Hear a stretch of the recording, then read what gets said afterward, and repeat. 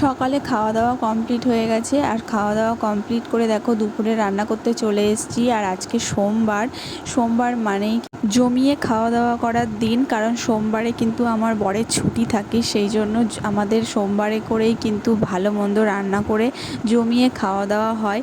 তো সেই রকমই আজকেও দেখো বর বাজার থেকে মাংস নিয়ে এসেছিলো, আর সেটাই আজকে আমি দুপুরে জমিয়ে রান্না বান্না করব। কথা বলতে বলতে তো তোমাদেরকে জিজ্ঞাসাই করা হলো না যে তোমরা কেমন আছো।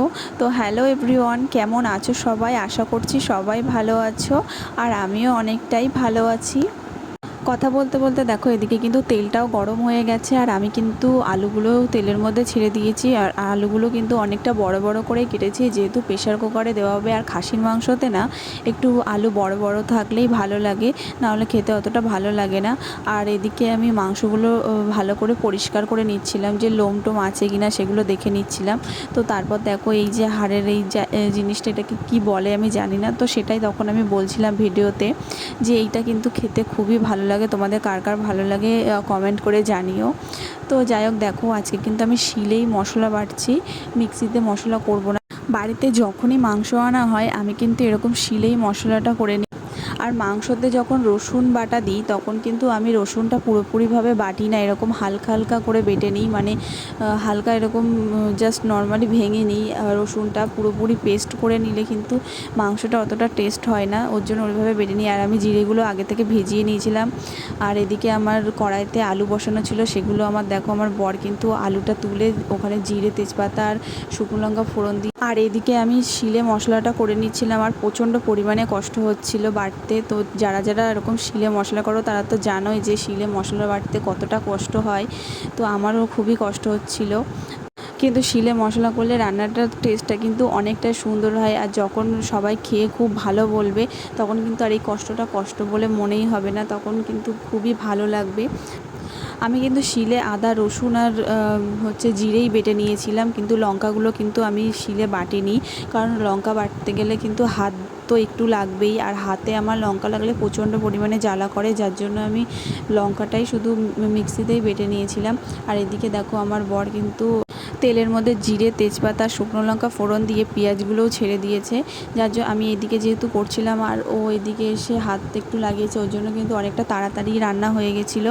আর আমার বর কিন্তু এখন খুব সুন্দর রান্না করতে পারে, আমি কিন্তু ওকে অনেক মানে একটু একটু করে অনেকটাই রান্না শিখিয়ে দিয়েছি। তো এখন ও খুবই সুন্দর রান্না করে। আর বাড়িতে কিন্তু মুরগির মাংস আনা হলে আমি কিন্তু রান্না করি না, ও আমার বরই রান্না করে। আর আমার থেকে এখন আমার মনে হয় যে ও রান্না করলে সেই রান্নাটা টেস্ট ভালো হয় আর খেতেও ভালো লাগে, কারণ নিজের রান্না খেতে খেতে আর ভালো লাগে না, মনে হয় একটু অন্য কেউ রান্না করে দিলে বেটার হয়। তো সেই রকমই নিজের রান্না কিন্তু সবসময় ভালো লাগে না। আর ওইদিকে দেখো আখের রস এসেছিলো পাড়াতে, তো সেটাই আমার বর আনতে যাবে বলে ঘরে গেছিলো টাকা আনতে। আর এদিকে দেখো ওড়নাটা আমার মামাম ফেলে দিয়েছে, আমি চেয়ারের ওপর রেখে দিয়েছিলাম, যেহেতু প্রচণ্ড ঘামছি, আর ওড়নাটাও রেখে দিয়েছিলাম যে মাঝে মধ্যে ঘামটা মুছে নেব। আর তারপর দেখছো আমার হাত থেকে খুন্তিটা নিয়ে গিয়ে বললো যে তুমি ওইদিকে যাও, আমি করছি। তো আমি তারপর ওইদিকে চলে গেলাম, আর মামাম আর আমার জায়ের মেয়ে দুজনা, মানে দুই বোন দুজনা মিলে খেলা করছে ওখানে, আর খুব চিল্লামিল্লি করছিলো। তো আমি গিয়ে আবার একটু বকা টকা দিয়ে আসলাম যে তোরা চুপ কর, এত জোরে জোরে চিল্লাস না। তো যাই হোক, আমার বড় কিন্তু এখন মাংস রান্না করতে খুবই ভালোবাসে। বাড়িতে মাংস আনলে কিন্তু বলে সব কিছু কেটে কুটে গুছিয়ে দাও, আমিই রান্না করব। তো আমিও ভাবি যে ঠিক আছে তাহলে তুমি রান্না করো, আমারও তো সুবিধা হয়। তো যাই হোক, আমার মেয়ে কিন্তু সুতো সুতো করে রান্না করছিলো, আমি একটু সুতো এনে দিয়েছি, ও এখন ওর দিদির ভুরু তুলে দেবে, যেহেতু আমাকে সবসময় দেখে সেই জন্য।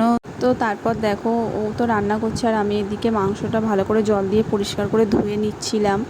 তো তো অনেকেই বলে যে ছেলেরা মেয়েদের মতন করতে পারবে না, মেয়েরা ঘরের কাজ সব কিছু পারে, কিন্তু ছেলেরা ঘরের কোনো কাজই করতে পারে না, কিন্তু এই কথাটা কিন্তু খুব একটা সত্যি না। আবার আছে অনেক ছেলেরাই কিন্তু করে না, তো তারা ইচ্ছা করে করে না কি তারা পারে না আমি বলতে পারবো না, কিন্তু কিছু কিছু ছেলে আছে বা অনেক ছেলে আছে তারা কিন্তু ঘরের সমস্ত কাজই করতে পারে, রান্না থেকে বাসন মাজা থেকে ঘর মোছা থেকে সমস্ত কাজই কিন্তু করতে পারে তারা। তো সেরকম আমার বড় কিন্তু অনেক কিছুই করতে পারে, সব টোটালি করতে পারে। তো অনেক কিছু অনেক কাজে আমাকে হেল্প করে দেয়।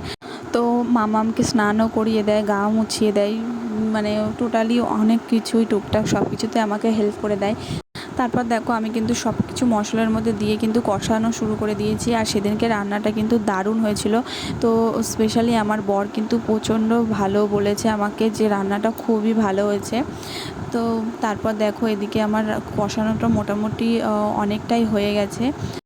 তো তারপরে দেখো আমার কিন্তু এখনও আমার মামাকে স্নান করানো হয়নি, প্রায় 12টা বেজে গেছে। তো 12টার কাছাকাছি বেজে গেছে আর আমি এখনও আমার মামাকে স্নান করানো হয়নি। তো আমি এগুলো মাংসগুলো আমার কষানো হয়ে গেছে আর আমি প্রেশার কুকারে দিয়ে আলু দিয়ে দিচ্ছি। তো প্রেশার কুকারে আলুগুলো দিয়ে আমি কিন্তু ঠান্ডা জল দেবো না, আমি গরম জল দেবো। গরম জল দিয়ে এখন আমি বসিয়ে দেবো। আর তারপরে দেখো আমি আর আমার মাম্মাম দুজনে একসঙ্গে স্নান করে এসেছি। আর মাম্মামের বদমাইশি তোমাদের সঙ্গে একটু শেয়ার করলাম, মানে ওর দুষ্টুমি, এত পরিমাণে দুষ্টুমি, তোমাদের সঙ্গে তো কিছুই শেয়ার করি না, তো এইটুকু আমি তোমাদের সঙ্গে শেয়ার করলাম, তোমরা একটু দেখো। তো আমি মাথা আঁচড়াবো, আমার কাছ থেকে একটা একটা করে চিরুনি সব নিয়ে নিচ্ছে। ও ও নিজের মাথা আমাকে আঁচড়াতে দেবে না, ও নিজেই আঁচড়াবে। আমি ওকে চিরুনি দিয়ে দিয়েছি, তো ওটাতে ওর হচ্ছে না। আমি যে চিরুনিটাই হাতে নিচ্ছি ও সেটাই ওর লাগবে। তো দেখো অলরেডি দুটো চিরুনি ওর হাতে, আর আমার কাছ থেকে ওটাও নিয়ে নেবে। আমি বলছি আমাকে একটা দাও আর তুমি একটা দিয়ে আঁচড়াও, কিন্তু ও শুনবে না। আমার কাছ থেকে সব কটা দেখো 3টে চিরুনি নিয়ে ও একসাথে মাথা আঁচড়াচ্ছে। তো সারা দিন ধরে ওর এইরকম দুষ্টুমি চলতেই থাকে, আরও দুষ্টুমি চলতেই থাকে। তো তারপরে মামামকে খাইয়ে ঘুম পাড়িয়ে দিয়েছে আর বরমশাইয়ের ভাতও বেড়ে দিয়েছি। তো আজকের ভিডিওটা তোমাদের কেমন লাগলো অবশ্যই কমেন্ট করে জানিও। টাটা, বাই বাই, ভালো থেকো, সুস্থ থেকো।